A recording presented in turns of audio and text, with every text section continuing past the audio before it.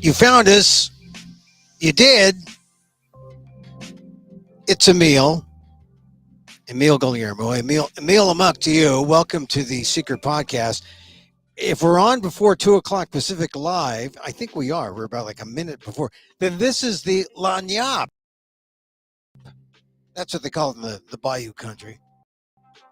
The Lanyap. You're getting it. You deserve it. Just for if you're in California, you're trudging out in the rain. Maybe you got a pile of mud on your front step or in your driveway. Man, it's a mess. NorCal, SoCal, NorCal, SoCal, all Cal. It's all wet. And I'm in my closet dry.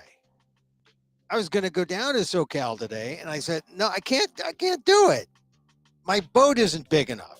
I mean, first of all, you'd need a boat because everyone's hydroplaning. And anyway, I'm in the safety of my COVID closet here with you. Emil Amok, Takeout, my takes on all things considerable. There are a number of things. Before I get to them, and if you're watching us on YouTube at Emil Amok1, if you're seeing us on Twitter at Emil Amok, if you're seeing us on Facebook, fb.com/EmilGuillermo.media, or on Facebook somewhere. Well, you know, this is show 647. We're going to talk about the Grammys. We're going to talk about Olivia Rodrigo, her disappointment. I think this is going to be the inspiration for a whole new slew of angst-filled songs. Before it was like the right guy being stood up or, whatever. The driver's license, right? Or, she's driving past her old lover's door because she's got her driver's license now, but they're not together. She's moving on. Now she's going to talk about the disappointment at the Grammys or something. I mean, this is the thing about you catch a young artist and they're all about themselves, expressing themselves. And now, what is the biggest angst she must feel right now? Like, I did this album and no one likes me. Your fans still love you, Olivia. I mean, really. And I only talk about Olivia Rodrigo, and it's not that I only care about her because of this, but she's half Filipino on her father's side. So I feel like she could be my daughter, right? Her mother is white, her father's Filipino. It's one of those rare kind of Asian American kind of things, right? Where usually it's the mother who's Asian, right? And the father is white. Case in point, baseball players like Tim Lincecum. And others. Joe Coy. Mother Filipino, father white. I mean, that's the way it is. But Olivia Rodrigo is my kind of Filipina. Father Filipino, mother white. There she is. Big star. And I know she must be feeling a kind of disappointment that she didn't win. I mean, she was up against, so I'll talk about that today. I get going talking about Olivia Rodrigo because she, you talk about representation, you talk about diversity. She's a unique diversity story and an important one among Asian Americans. Can I talk about that? I'm going to talk about Tom Cotton's new Red Scare. I mean, he's like whipping up a frenzy of scary stuff about Asians, asking Asians if they're communists. Going to talk about that. Going to talk about the rain. Going to talk about my friend Joe Madison again because I noticed that the New York Times did a big thing on him. And I don't know if people really know Joe Madison. So he's probably going to have a private reception and funeral at some point in the next few days in Washington. And I just want to honor him by letting people know the kind of guy he was. As I say, he was my friend. We worked together. My regret is that we weren't closer friends because we were fighting for the same things. And sometimes you lose sight of that. Anyway, welcome to the program. Like I said, we're here Monday through Friday, 2 p.m. Pacific live, generally. And if we're not live, then we're recorded, right? But we're here. We're here. And before I kick off talking about the topics I just outlined, I do want to talk about the shows I do live in person, because this is a talk radio show, right? I'm just getting up here talking, no punchlines. We're having a conversation. The ideal way to listen to this is as you would, say, in a news talk show. I mean, if you're on the right, you say, oh, like the one that Rush Limbaugh did, only the jokes are on the other side, sort of. Or you might say, or like, see, all the talk show hosts are so conservative, right? Except in the old days, in the 50s and 60s and 70s, they tended to be just conversationalists. They go on at, generally speaking, the best ones run at midnight. And they go on till 6 o'clock, and they do things like read poetry to you. And like there was a guy named Ray Taliaferro on KGO. All you insomniacs, you remember Ray? I did a semi insomniac shift for a while on the old KSFO in San Francisco when I was on between 10 and 1. So I got some insomniacs, but for the most part, I think I put people to bed. And then I did talk shows in Washington, D.C., and that's where I met Joe. So anyway, I do this kind of show where we provide insight. We tell you the news, provide some insight news talk, right? But I do these other shows where I actually tell stories that are mildly entertaining, even funny, with punchlines. And you should go see them. I've done them all over the country: Washington, D.C., New York, Baltimore, San Francisco, San Diego. And I'm going to do a show in Fresno on March 2nd. I know you're saying, Emil, Fresno? Really? Well, if you're in Bakersfield, that's not a bad deal. Get to upgrade. Go from Bakersfield to Fresno. Or if you're living in Danuba, hey, you're right there in Fresno. It's an upgrade. So I'm doing the Rogue Festival, which is the Fringe Festival of Fresno. The Rogue. It's on March 2nd, 2 p.m., and then again at 9:30 that night, then March 3rd at 2 p.m., and then Thursday at 5:30 p.m., and then the following Saturday, March 9th at 5 p.m. So those are the times I'm at the Rogue Festival. If you're close, nearby, check it out. It's at the Lotus Room, part of the Rogue Festival in Fresno. Go to their website for tickets. Then in April 5th, 8th, 13th, 19th, and 21st, I'm going to be appearing at the New York City Fringe under St. Mark's Theater. So that's in April. And then I'm in May, I'll be in Orlando at what I call the Big Daddy of American Fringe Festivals. As I said, in the spirit of Edinburgh and part of the North American Tour for Fringe Artists, Orlando Fringe Festival, the largest theater festival in the United States. I'll be there in May. Dates are still to be announced, but toward the latter part of May, it's Asian Pacific American Heritage Month. Please come see me. So those are shows I do. And then one more show I want to announce. It's a video or an online show, a taped reading of Ishmael Reed's Shine Challenge.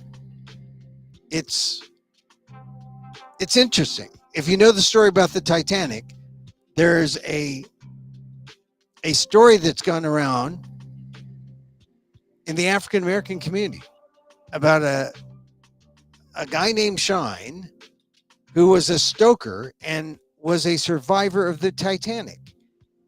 And his story is explained in this new play by the great poet, novelist, playwright Ishmael Reed, The Shine Challenge 2024. It's going to be presented by the Nuyorican Poets Cafe. Go to nuyorican.org for tickets. Sometime later this month, February 17th, 18th, around there. But I'll have more details as they become available. But it's an online performance of the Shine Challenge by Ishmael Reed. New play. I have a small part. I'm good with those small parts in Ishmael's plays. But, there's no such thing as small parts, just small actors. And it's funny. It's anti-speciesist. Speciesism being the prejudice or discrimination based on species. It's surreal. It's funny. And it's part of African American legend associated with the Titanic. Why, I would want to see that for an hour and 15 minutes. Nuyorican.org is the website to get the tickets. I'll have more details about that. Ishmael Reed's The Shine Challenge. Okay, so shall we talk about the Grammys? I thought the Grammys last night, first of all, I wasn't going to watch because what do I know from music, right? I mean, music is dominated by rap and Billie Eilish right now. Everyone wants to sound like Billie Eilish. And if you're slightly more refined and glammed up, you want to sound like Taylor Swift. Everyone, even the guys, everyone is kind of breathy, that breathy sound. And I like it. They rhyme. It's cool. I'm into it. But I don't listen to the radio for music, and I don't, I go to Spotify, I go to Apple Music, and someone says, "Hey, have you heard this?" And I say, "Oh yeah, great," and I'll listen to it. Lately, though, the good thing about Apple Music is you can just say, "Hey, remember that song that Herb Alpert did?" And they say, "Oh yeah, they used it in the dating game," and you go into. So I've been looking up old stuff.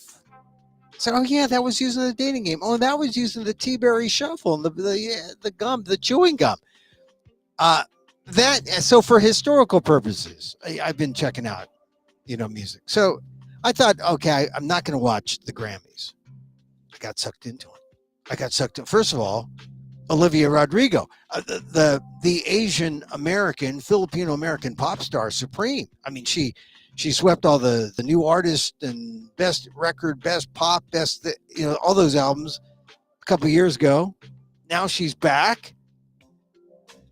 New album, Guts, which has the song Vampire. And if she was going to sing that, the joke was, how is she going to, there's a swear word that she uses, and she has to, how is she going to cover that so she doesn't get blipped out? And it was the GD word. So one time she cut out God, and another time she said GD, another phrase. And so anyway, that was a kind of an insider's thing for Olivia Rodrigo fans. But she performed last night at the Grammys. They had that weird blood scene, bloodletting kind of scene where things were flowing, and I was wondering who's going to clean up after that. It was kind of exciting. She sang it well. I thought usually she performs that song from a piano, but here she was just standing. I thought she was good. Like I said, because I knew she was nominated in all the major categories, I wanted to see her, and I root for her. I have to admit, you root for her like you would another Asian American, Filipino. How many of them get nominated except for people like Bruno Mars? And then I started noticing all the other Asian Americans or Asian half. They're Asian Finnish, I think, or Asian Icelandic, Chinese Icelandic. That girl, I forget her name now. She just goes by some odd name. But she won, but not in a televised award. So this is the thing about the Grammys. They don't televise all the winners. They had people winning in the afternoon you didn't even know. They just won the awards. I won earlier, but this is like the big, just album of the year, record of the year, song of the year, best new artist, best pop vocal album, best pop solo performance, best pop duo group, producer of the year, songwriter of the year. And so these were the categories, right? The big ones that get on TV, and they no matter how much they cut it down, it's like a 3-hour show. 5:30 to 8:30. Thank goodness you can watch it on AARP time at 5:30, and then watch the early feed. The poor people on the East Coast have to watch it, in real time. It goes on at 8:30, ends at 11:30. Then they're ready for sleep. But so this one was on for the West Coasters. It was on at 5:30. So it was interesting to see Olivia Rodrigo compete because, as I said, she won a couple years ago. She won all the big ones. She really made a splash with Sour, the name of the album, Driver's License, the big song. She comes back with Guts, this new album, and she's just as popular. And this one song she does, Vampire, I think has to be one of the catchiest pop songs ever. I would have to say it's right up there in terms of hook, bridge. You want to define pop song like you will, as you look or analyze it, as you would look at a timepiece, as you would look at something mechanical. My God, that thing was, if you analyze Vampire, you see the moving parts and you see how she blends it and smooths it out, and it's a masterpiece of pop. Don't take my word for it. Other producers, other people who follow pop and know the difference between pop and rock, they'll tell you, nothing like how old is she? 21, 22-year-old Filipino-American girl from the suburbs of LA. So every single category she was nominated for. Album of the year for Guts. Record of the year for Vampire, the song. Song of the year, once again, for Vampire. She wasn't qualified for Best New Artist because this is, I think, her second or third year. Best Pop Vocal Album for Guts. Best Pop Solo Performance. Best Pop... it was... She's not Best Producer of the Year, I think she had one. She didn't get Songwriter of the Year. But you look at that list and you say, oh my God, she's nominated in 1, 2, 3, 4, 5 categories, 6 categories. Shut out all of them. And, Album of the Year went to Taylor Swift, of course.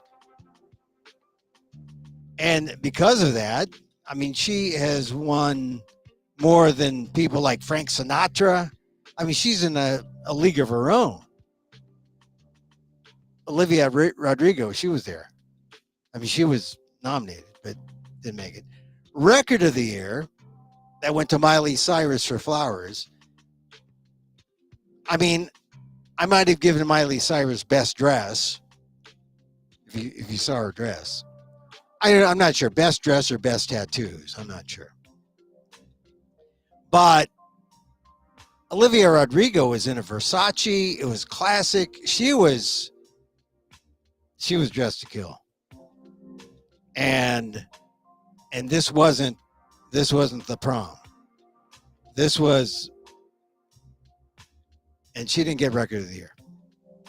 That went to Miley Cyrus. Song of the Year. She was up for Song of the Year against Dua Lipa, John Batiste, Lana Del Rey, Miley Cyrus, SZA, Taylor Swift, and Billie Eilish.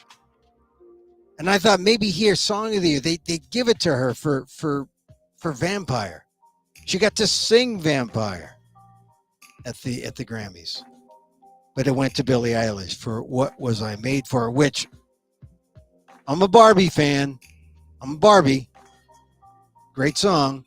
Once again, Breathy Eilish, which I think I like Breathy Eilish better than Breathy Swift, but Olivia Rodrigo has a breathy quality too in her voice, and a little bit of a lisp. Maybe she had some kind of dental instrument in her, orthodontics or something. I'm not sure. But she didn't win Song of the Year. Now, Best Pop Vocal Album, she was up for that. She was up against Kelly Clarkson, Miley Cyrus, Ed Sheeran, Taylor Swift. Best Pop Vocal Album. Olivia Rodrigo Guts? No. It went to Taylor Swift. So, I mean, she's like offering it all over the place, and they keep going to her. They have her sitting right up front, and I'm thinking, oh my God, I feel for her. And she's sitting next to, they had her sitting next to Lenny Kravitz, who I love. I love Lenny Kravitz, but, you know, he's old enough to be her father. She needs someone, you know, she needs a shoulder to cry on, maybe her dad, maybe her Filipino dad. I would have gladly have been a seat filler. Anyway, she lost her Best Pop Vocal Album. And then she was up for Best Pop Solo Performance. And I thought, oh, now this is where she'd shine, right?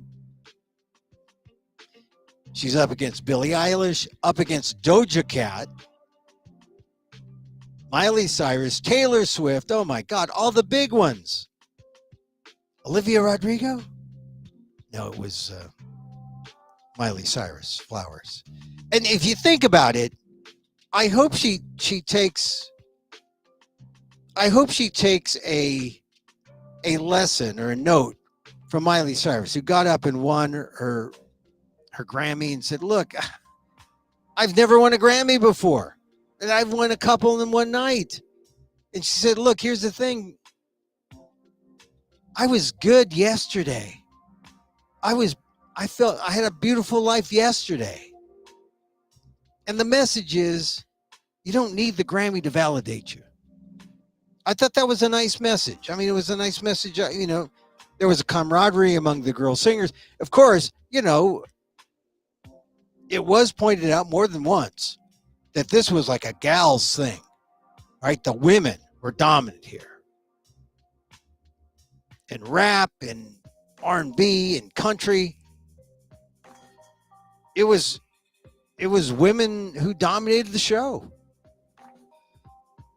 Trevor Noah, who I thought was the host with the most. I mean, he was, if you want to know how to host an award show, this is the way to host an award show. You limit the number of awards. You present all the awards no one cares about off screen. Streamline the show. And even when you streamline the show, it's going to go long.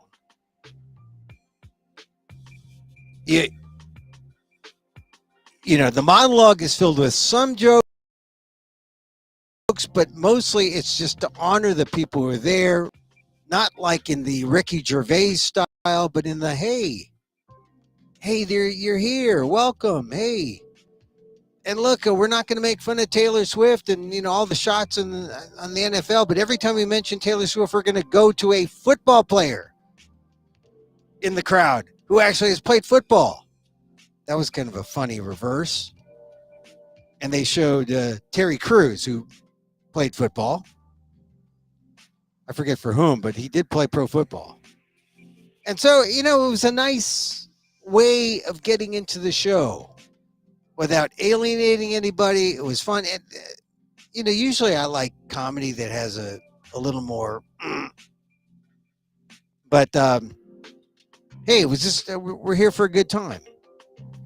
And Trevor Noah he can be good time guy. He can also be hard ass, you know, about the news. But he's mostly good time guy. Or he knew how to do good time guy last night. So he was perfect as the host. So between, you know, knowing that you're going to have one of the, you know, that women were dominant, and you were going to have either Taylor Swift, Billie Eilish, Miley Cyrus, or Olivia Rodrigo going up there to accept something. I mean, it was can't miss show. Can't miss show. So I watched the whole darn thing. And I was hoping that Olivia Rodrigo would win once, right? She didn't. Didn't win once. And I'm just putting it out here for you, Olivia. Because I know you're watching, right? I know you're watching Emil Amok's Takeout. My takes on all things considerable. Because, if I'm going to talk about you, you're great. You don't need the Grammys to validate you. You're going to feed on this. And you're going to write songs about being a Grammy loser. And that's going to get you best pop vocal next year, the next album. Really, I mean, this is a setback. You're a young gal. You don't want to talk about big setbacks like, lost a lover, lost, whatever.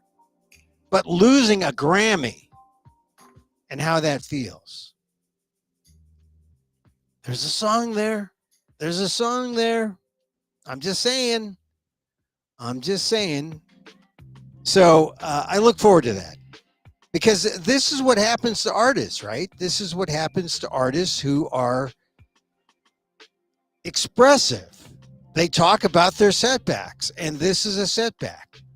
Going over at the Grammys when you had a song called Vampire about bloodsuckers, and here the bloodsuckers have sucked you dry and left you with nothing. This is a good one. Some good songs. I predict some good songs coming out of that night for Olivia Rodrigo. So some of the other things that I noticed about, I thought Billy Joel was good. They really hyped that and they saved him for the end because they knew old folks like me would want to see Billy Joel at the end. It was okay. And then Joni Mitchell singing her song that was covered by Judy Collins that people know more, both sides now. I was a Joni Mitchell fan from, I think I was 17. And I think I was in France. And I think I was sitting in a park in Paris, France, thinking of the news, and it sure looks bad. Reading Rolling Stone, reading Vogue. Yeah. The Blue Album. The Blue Album, right? I mean, I love the Blue Album. Taste of You, California. And wouldn't you know, I went to France that year and I listened almost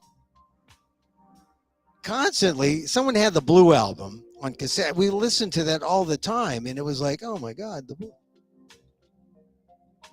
Because I was from California.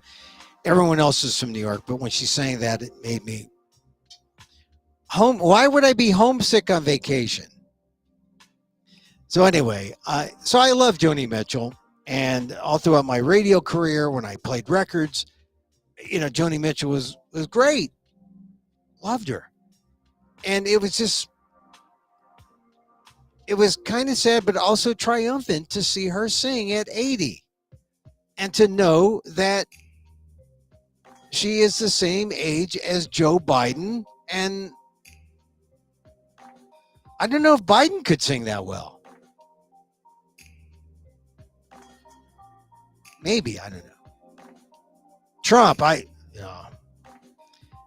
that was triumphant for Joni Mitchell. That was good. Everyone was talking about Tracy Chapman. I like that. Fast Car. Ooh. Loved it. And Annie Lennox with her ode to Sinead O'Connor. That was good too. Oh, and then Stevie Wonder and the funny little eerie seeing Tony Bennett sing with Stevie Wonder on video. But this is the thing when you're recording artists, people don't die when you have them on record or you have them on video. People just live on. They just live on. So I just want to give a shout out to some of the other winners that you didn't see because they weren't on, like Best Rock Performance, Arctic Monkeys, Black Pumas, Foo Fighters, Metallica with their, they got the Filipino guitar player, Hammett.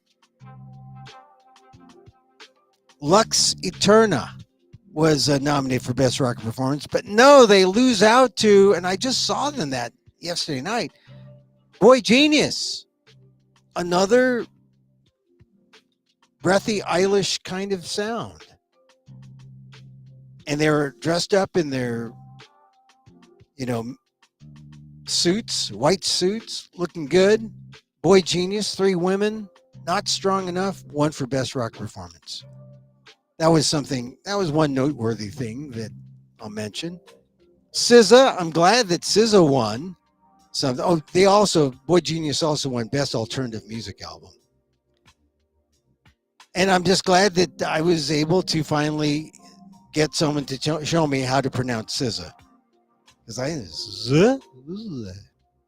Anyway, all you got to do is watch the Grammys, and then you're caught up, and then you say, oh, why don't I listen to all this stuff? Why don't why? You can get it. You can get it all. But you have to, Spotify or whatever. Apple Music. SZA featuring Phoebe Bridgers won Best Pop Duo Group Performance. By the way, she was nominated in a bunch of them too, and she did not take home the big ones, but she did win that, and she did get to perform. So it was a good night for SZA, and no, it's just fun. It's just fun to watch the Grammys. I'm glad I watched, and here I am. I'm talking about the Grammys almost exclusively for the majority of the show so far. But it's good because it was a good show. I mean, did you like the Grammys? Did you like the Grammys? Sometimes I feel like, hey, I was telling a friend of mine, I still look up Beatles songs on Apple Music. I still look up old, like I was saying, I was looking up Herb Alpert and the Tijuana Brass the other day. But this is one thing that young people or people now have that they didn't have in the old days. In the old days, you would have to guess what they were saying. You didn't know what anyone was saying on their songs. There was like, what the hell? It's about love. All I know is I like the beat. I can dance it, but I don't know what they're talking about. And now, because you have the lyrics available, you can say, oh, they're talking about that? Oh, my God. They're talking about a double murder? Or they're talking about... On one SZA song, she's kicking the crap out of guys. I guess that's empowering, I guess. But it shows... Look, I'm on the same side as SZA, I'm telling you. We're fighting the same folks. So much for the Grammys. Today, if you're on the East Coast, you must know that the Asian American Legal Defense and Education Fund, which I am affiliated with, they're having their big reception. And you should go to the website there. I think there's still time to get tickets to go see it or to go be a part of that. I'm not going to be at that reception. I'm going to be at the one in May. But this reception tonight is, of course, in honor of the Chinese New Year, the Lunar New Year. Can you say Gung Hei Fa Choi, right? Of course, it's weird because just as we should be in celebratory mood, if you go to my ALDEF column that I wrote, aaldef.org/blog, I write about Senator Tom Cotton's shameful racist congressional interrogation. I mean, you might have missed it. You might, because, it's not played on anything but C-SPAN. No one's showing it anywhere. unless you were a nerd watching the congressional child safety hearings, you would have missed it. But there was Senator Tom Cotton grilling the TikTok CEO, and it was brutal. It was just absolutely brutal. And as I write in my column, you might have missed it because all the focus was on Meta founder Mark Zuckerberg, who is, in fact, an honorary Asian American by way of marriage and the parent of a young Asian American.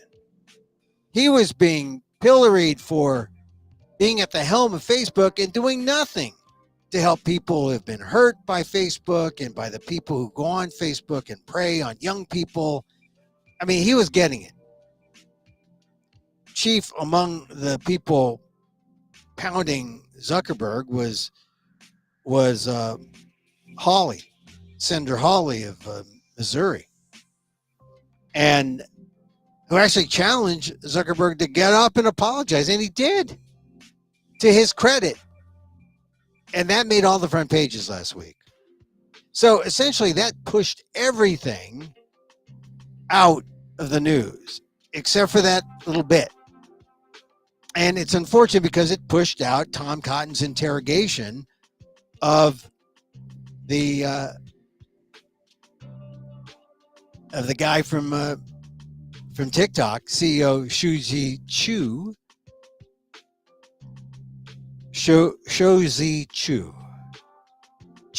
we'll call him on second reference. But that was an interrogation that I think everyone needed to see. That was the shame. People needed to see that. If you don't see it, go to my column, and I take a bite from C-SPAN of that interrogation, and you can just click and watch it yourself. I mean, Cotton just presented the world with an example of an openly hostile, crystal clear gem of outright xenophobia. If you don't know what it is, if you haven't really seen it or think you haven't seen it, just see how Cotton treated Shuzi Chu, the TikTok CEO. I mean, he came after Chu with this zeal, trying to pin him down as a Chinese loyalist or enemy of the state. It was like Senator Joe McCarthy, not the House Speaker McCarthy, Senator Joe McCarthy of the 1950s, looking for commies, the Red Scare, even using McCarthy's language. This is kind of like the new Red Scare, because you take this hand in hand with the FBI Director Christopher Wray's statements. I also wrote about this on the ALDEF blog at another congressional hearing that was simultaneous to this one, where Wray is warning America about Chinese hackers to our American infrastructure. And really, you have the basis for the new Red Scare of 2024. So, as I said, go to ALDEF, AALDEF.org/blog, click on the link, get or see for yourself. But it was a kind of a show me your papers move that Cotton pulled. He asked him what nation Chu was a citizen of, and Chu said Singapore. And Cotton then piled on and said, "Are you a citizen of any other nation? Have you ever applied for Chinese citizenship?" And it was like, one after the other. And Chu said no. It would have both. Added that he served in the Singaporean military and still holds a Singaporean passport, and implying that, hey, look, I mean, he can't say this. I'll say it. He say, hey, look, I know we look Chinese, but we're not all Chinese. It's not seen one nation, seen them all. And Cotton kept pressuring. He asked about Chu's wife and daughter, like, what relevance? He said both of them are citizens, American citizens. Then he asked Chu if he's applied for American citizenship, as if that's relevant at all. And imagine someone stopping you on the street saying, "Hey, are you a citizen? Are you?" This is at the highest levels of government, a hearing where there should be a little more respect. But here's Senator Tom Cotton of Arkansas, Republican of Arkansas, going after Chu, who says, "Oh, no, I'm not, I haven't applied for American citizenship." Like, that's bad? Hey, it's his right. He doesn't have to apply. He might want to be a dual citizen. But after he said that question, there was a beat. And then Cotton delivered the McCarthy-esque low blow. He asked this question: have you ever been a member of the Chinese Communist Party? He asked. Have you ever been a member of the Chinese Communist Party? That's about as point blank a direct lift from a McCarthy hearing, right? Have you ever been a member of the Chinese Communist Party? And Chu said, "Senator, I'm Singaporean." No, I know I haven't been a member. Cotton kept going. Have you ever been associated or affiliated with the Chinese Communist Party? And Chu was like, he's backed up to the wall. "No, Senator, I'm Singaporean." He was like trying to be cordial, trying to keep his cool. But it was a jaw-dropping exchange, outright badgering, over the top, racist. Unless you're going to ask those questions to every single person who asked that question of Zuckerberg, ask that question of every other person, Zaccarino, who is with the Twitter lady now, or now X, she's the X lady. Unless you're going to ask everyone, you can't ask that. I mean, certainly there are other ways to get it. You don't have to get someone on the record. You can find out to see if it's relevant, and then you could bring it up.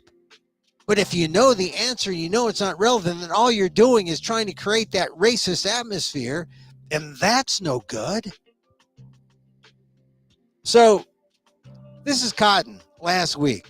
And like I said, hardly anyone saw it unless you are a C-SPAN nerd, because Zuckerberg's apology kind of sucked the news air out, and became front page news everywhere. And Cotton's thing became kind of like Asian Americans noticed it. The Congressional Asian Pacific American Caucus, they noticed it, called it racist. I noticed it, called it racist. Activists I know saw it, called it racist. But you have now a situation where between Cotton's display and the FBI's warning about Chinese hackers at another hearing last week in Congress, the political tone is being set for how Asian and Asian Americans can expect to be treated.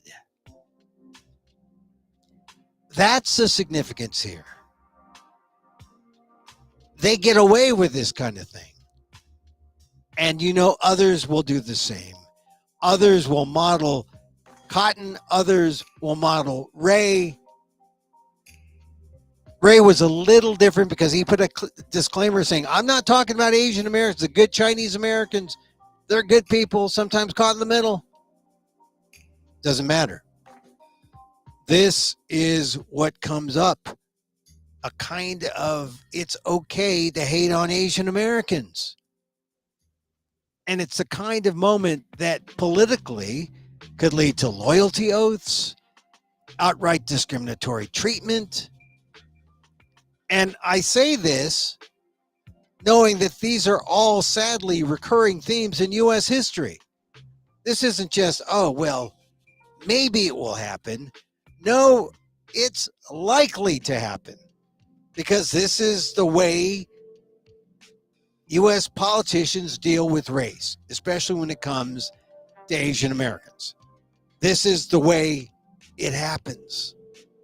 And it's disgusting. It's just, It's demoralizing because it happens over and over again in history. And you can go back to the Chinese exclusion laws, 19th century, go back to all the exclusions of Asians in America, Japanese, Hindu, Filipinos. Talk about the anti-miscegenation laws. This is a common thing. And that's why it all needs to be called out now, loud and clear and often. Loud, clear, and often. Send tapes of this to your friends. Say, look, here's Tom Cotton. Send the column on the ALDEF blog, aaldef.org/blog. Send it to your friends. Say, hey, look, this is happening. We got to be vigilant. This is how it works. Look, frankly, I, Emil Guillermo, have been called a member of the CCCP, the Chinese Communist Party, or at least looking like a member of the CCCP, maybe for my black hair. And I'm Filipino, right? I'm sure it was a joke. People were, oh, you look like you're a member of the CCCP, Emil. But this is how it all trickles down. And it all begins from the racist rhetoric on display in Congress last week. We're in the year of the dragon. How about this? A huge helping of xenophobia in the year of the dragon. That's what we're getting. Let's put Cotton and his ilk on notice that we won't stand for any of this. Asian Americans, I hope there are a number listening to this show. If not live, then recorded. Because we won't stand for any of this. Because we're in America. And we're Americans. We definitely are not going to let it spoil Lunar New Year celebrations in our great country.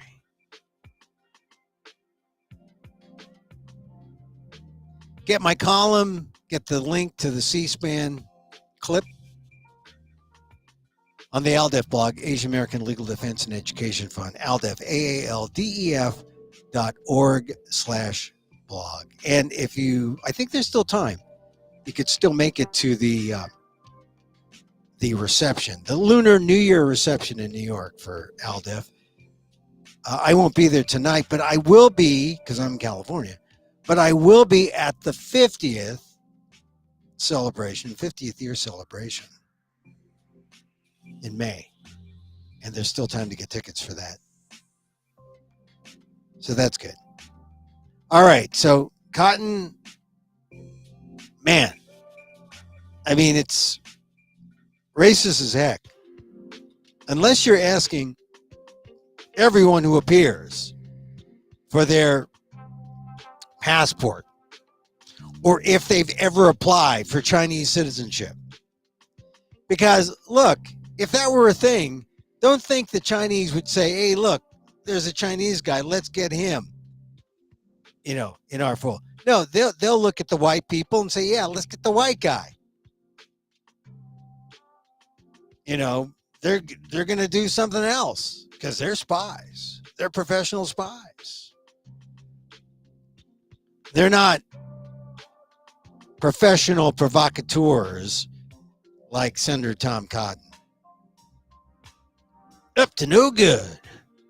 Up to no good. This Saturday, I saw Saturday Night Live.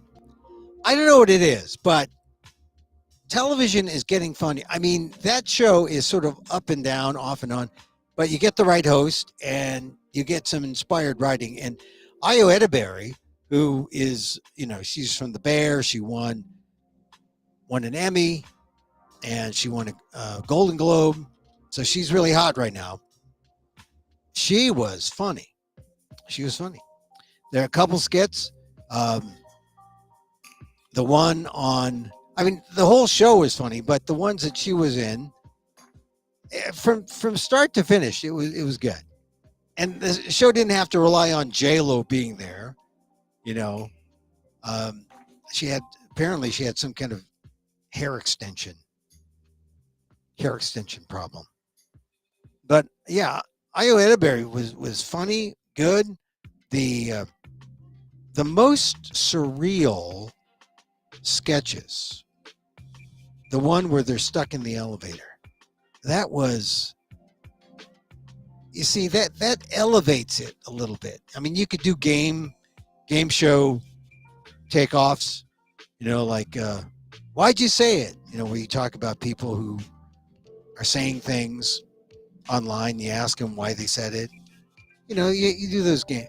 You have a trivia game where all the blacks are helping each other. I mean, those takeoffs, they're good. They're funny.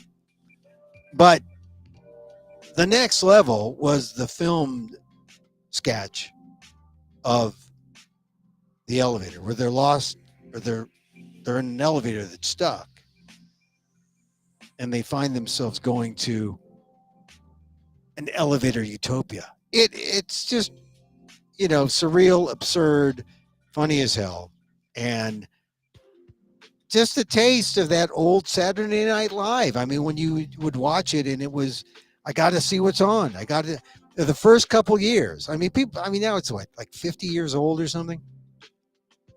But when it first came on, it was like a show that you had to see. You stayed in. You didn't go out. You didn't go out Saturday Night Live or Saturday night. You stayed home. You watched the show. I did it in college. I did it afterwards as a single person. And then throughout my life, oh yeah, Saturday Night Live's on and Sue's on. Good host. Good guest host. The writing's good. Man, can't be beat.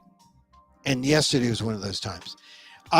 The other time when I think that when I ask myself what is funny, and sometimes, I'll tell a joke, and it's, it's okay. Is it funny? I mean, like, am I like spitting on myself funny? No, I mean, I will listen to, or watch shows, and yeah, funny. I'll watch, I like to watch old Nikki Glazer things where she talks about sex. So I see, how far I can talk about sex. Let's see how Nikki Glazer talks about sex. Let's see how far I can talk about sex, because I don't look like Nikki Glazer. And then I'll look at, Gary Gulman. I'll look at, all the guys who are out there now, out on Netflix. Oh, by the way, Shane Gillis, who got fired from Saturday Night Live, he is going to be hosting in a couple weeks, which is making me wonder about the efficacy of cancellation, or, when someone protests what someone says, how lasting. I mean, it's almost like a temporary thing. It's like, well, you pay your dues, you go off in the corner, maybe you take a diversity class and then you come back. I don't know. But Shane Gillis, who was fired for making Asian slurs, is coming back. And I'm wondering, has he done enough time?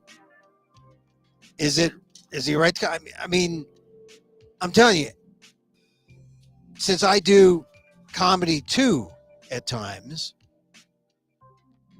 I'm just wondering if the proper response isn't to cancel someone, but the proper response is to say, it's just to call them on it and then debate, right? Not less speech, more speech. Not to shut you down and say you're canceled, but to say, hey, you're on notice, talk about it.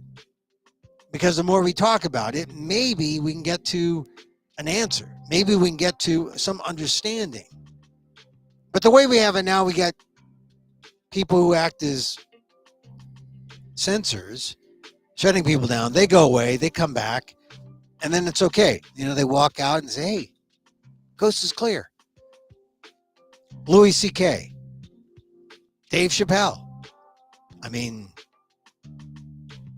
Shane Gillis now, Tony Hinchcliffe. You talk about the people who the last couple of years have been dinged. And I know because maybe I've been doing the dinging too. Writing my column, say, you can't do that. You can't say that. And maybe now I'm a little different because I do sometimes perform comedy. And maybe I'm understanding that, okay, maybe the right response isn't to totally shut someone down, but to put them on notice. Actually, I didn't fire Shane Gillis. I didn't say he was fired. Just say, hey, look what he said. And Saturday Night Live, they made the decision. Oh, he's not going to work for us. So I wonder what kind of sketch Shane Gillis will do with Bowen Yang. Because Bowen Yang, he's kind of become the everyman at Saturday Night Live.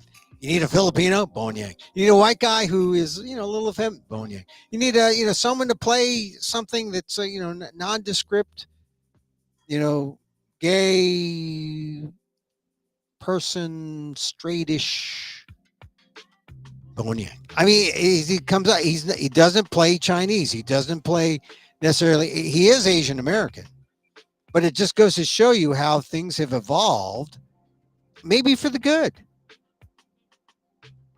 Maybe. I don't know. What do you think?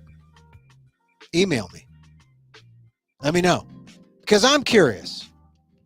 I'm always defending free speech, which is why I don't like it necessarily when I criticize someone's free speech. But I don't shut them down. I say, hey, look, that Chinese accent you did, not good. All right. The correct response is, well, let's talk about it. Not, I'm going to shut you down. Or the correct response really is, all right, I'll watch something else. I don't have to watch what you're doing. Oh, getting deep here. Getting deep. Anyway, all for free speech. But I just noticed in myself a different reaction. Now that I see Tony Hinchcliffe, Kill Tony blowing up in a good way. Shane Gillis back on SNL. Louis C.K. sells out the Garden. Dave Chappelle doing his thing. Trans, no trans. Comedy's expression. Comedy's free speech. We should all honor that. All right. The rain. Oh, it's raining. I was going to go down to LA today, but people hydroplane. You don't need much to hydroplane and get in accidents. So I'm not, I chose not to go down there and be there in person. And, but it's scary in California because we need the rain. We just don't need it all at once. Someone please tell the man upstairs, please take your finger off the button that says, wet me.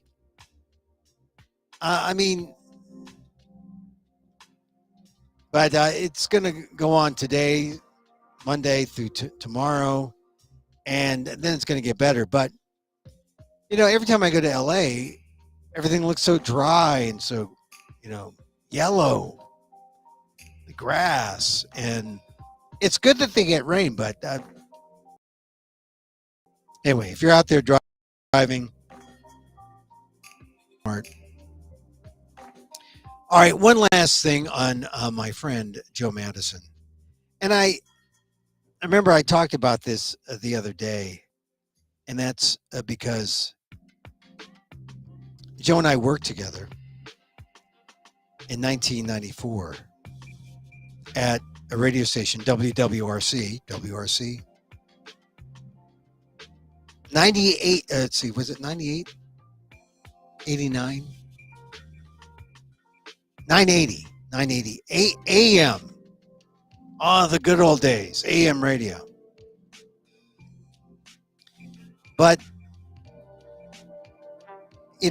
Joe was on at noon, and I would always fill in for people who were sick or were on vacation. And there were a couple weeks when I would fill in, I'd do the 9 to 12 spot.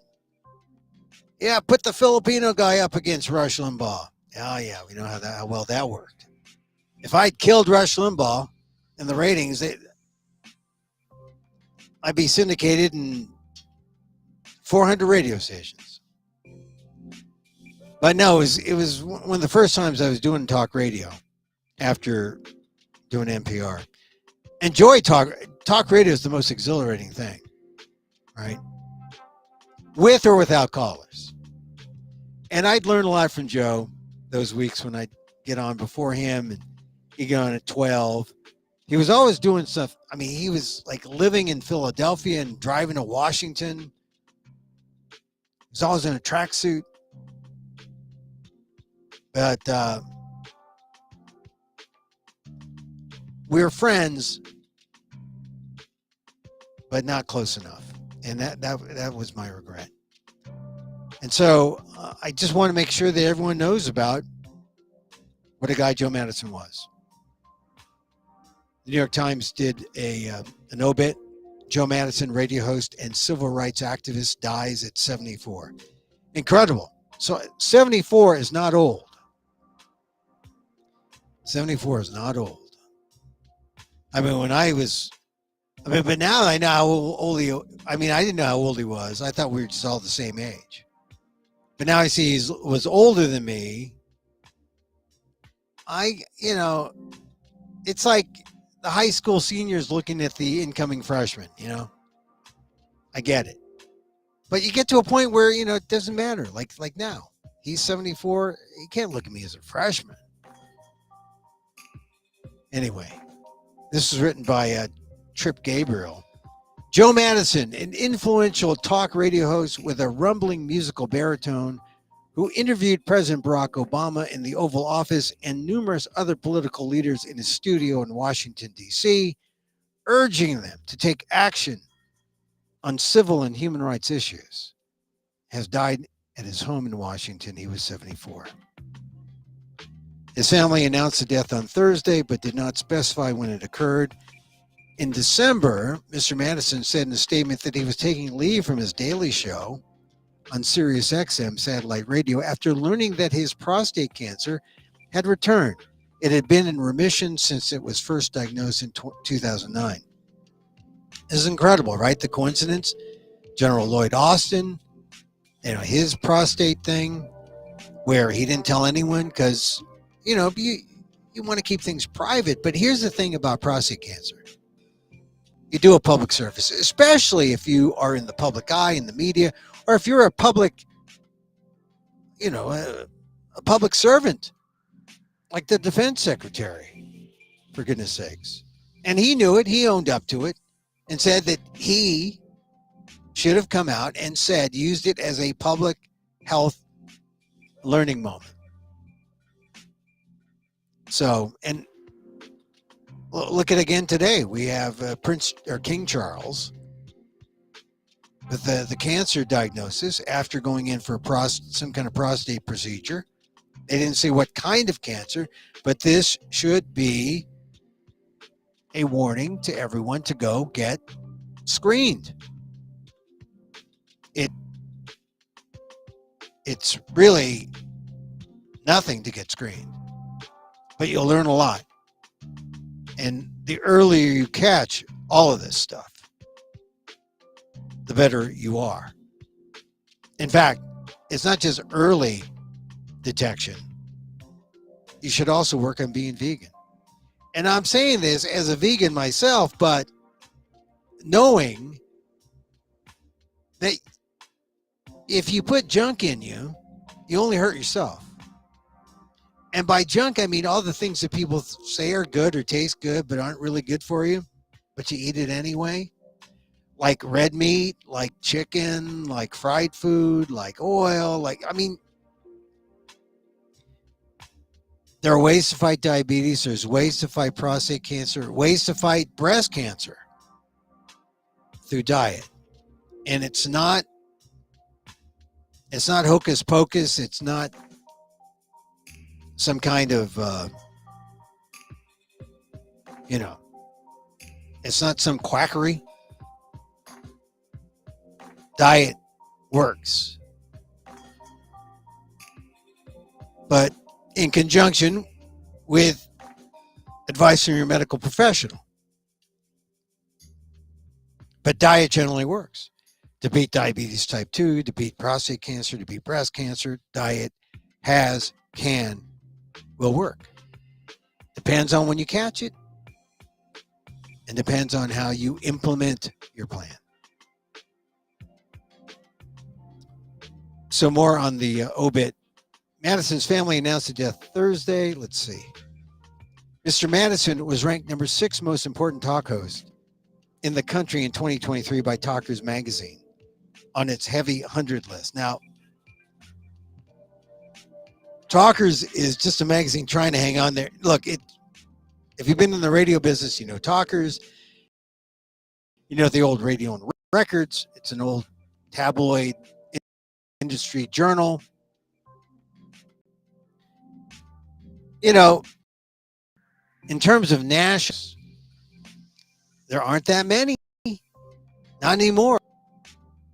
And Joe was on Sirius XM. The black, he was the Black Eagle. And he was on the Urban Channel. So, as the article says, he was also the highest ranked non-white host. It's a white world. It's a tough thing about media, and we both knew that when we were working together in 94. After my stint at NPR, we were the only minorities doing talk radio. This was 1994. But Joe succeeded. Joe Madison was the voice of a generation, President Biden said in a post on social media. Whether it was a hunger strike for voting rights or his advocacy for anti-lynching legislation that I was proud to sign in 2022, Joe fought hard against injustice. Now, this is the thing about Joe. He was also an activist. Mr. Madison, a former senior official with the NAACP, I think I called him president at one point. He might have been a chapter president, but he was a senior official. Blended on-air social activism with advocacy outside the studio. He participated in a 73-day hunger strike in 2021 to urge Congress to strengthen voting rights laws after Democrats had gained control of the Senate and the White House. On Mr. Madison's show, Senator Chuck Schumer of New York, the new majority leader, pledged to get behind long-stalled anti-lynching legislation because he said black voters had played a crucial role in returning Democrats to power and, quote, we owe them. Schumer said later in a statement, nobody fought harder for his belief than Joe Madison. That's the thing about Joe. I mean, he knew why we were broadcasting. He knew the power of the microphone. He knew the power of talk radio. And, like I said, we're too much into our own thing to come together and really ally and work together. I regret it. He really did combine his activism with his on-air work. He broadcast 6 to 10 a.m. Monday through Friday on the Urban View channel on Sirius XM. He was there exclusively in 2013. For decades before that, he was a fiery personality on 2 Washington AM talk stations, WWRC, that's where we worked, and WOL, where he was known as the judge for fact-checking callers. And WOL was, it was the black radio station, the black talk station. It was the Hughes station. People will call and try to give you misinformation, he told the Washington Post in 2013. Most people get upset out of frustration. They don't like being challenged, but that is how I grew up. People challenge your thought process. Before entering radio in 1980, Mr. Madison was the political director for the NAACP and served on its national board for 14 years. While there, he led a march from Los Angeles to Baltimore to promote voter registration. In 1996, Madison was arrested while leading a protest outside CIA headquarters after repeatedly accusing the agency on his show of contributing to an explosion of crack cocaine use in black communities in the 1980s. The allegations were raised in a series of articles in the San Jose Mercury News. Yeah, Gary Webb.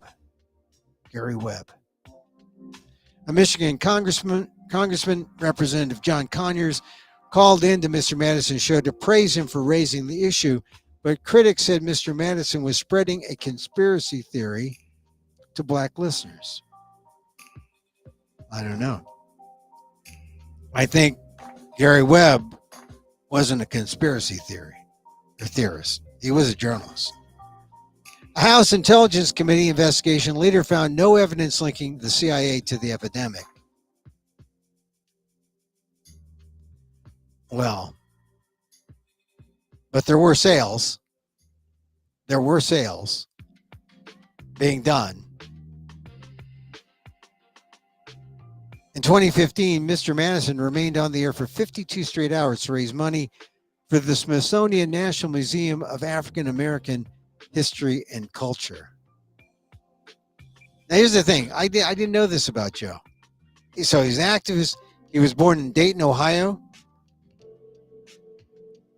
He went to Washington University in St. Louis, graduated in 71. I didn't get there till 78. He was a running back on the football team. God, we had so many things in common. I went to Wash. He was a graduate student. I was a running back on my high school football team. He was a baritone soloist in the campus choir and a DJ on the campus radio station. Well, that's why we love radio. It's that damn campus radio. He was on the Wash U station. I was on WHRB, Cambridge. At 24, he became director of the NAACP's Detroit branch, started a radio career at WXYZ in Detroit. After he moved to Washington, he got a deal with Sirius XM, syndicated his show. He called himself the Black Eagle on the air. I was a friend of Joe before Black Eagle, before he called himself Black Eagle. He was inducted into the Radio Hall of Fame in 2019. His trademark challenge to guests was, what are you going to do about it? What are you going to do about it? He'd say. So Joe Madison, like I said, we worked together. We were workmates. I wish we were closer friends. My regret was or is that we weren't nearly as close as we should have been. And I think that's just the problem of you. We come to a radio station, there is no there at a radio station. There's the studio, you do your show, and then they pretty much kick you out. And you're out of here. All right, I didn't have an office. I came in, did the show. I'd see Joe at that transition point. We'd talk a little bit during the commercials. There was just no place that we can get together. And then times we got together, tried to get together in Maryland, off campus, as it were. But because of our schedules, weekdays, weekends, didn't happen. Then I moved. In 94, I came back to California, and then that was it. We lost touch. And he became the Black Eagle. So anyway, Joe Madison. We remember him. Radio host, activist, and a workmate of mine. All right. aldef.org, AALDEF.org/blog to get more information on my column. And also, maybe there's time you make it to the New York the New York celebration, Lunar New Year celebration. They're having a reception tonight. Gung Hey Fat Communist, as I like to say, Tom Cotton has inspired us to say that. Check out the column. Understand why you say that. That's it. I like to close with a little meditation. Shall we? A little loving kindness. Hey, some loving kindness goes out to Olivia Rodrigo. I know that you didn't win, but this is where you say, look, I don't need the validation of a Grammy. I'll write a song about losing the Grammy next time, and I'll win. Of course you will. Of course you will. Self-love, that's what you need. Start giving it to others and having it come back. And so, as I wish for me, I wish for you. May you be safe. May you be happy. May you be healthy. And may you live with ease. Emil Guillermo here. Till next time. Mahal.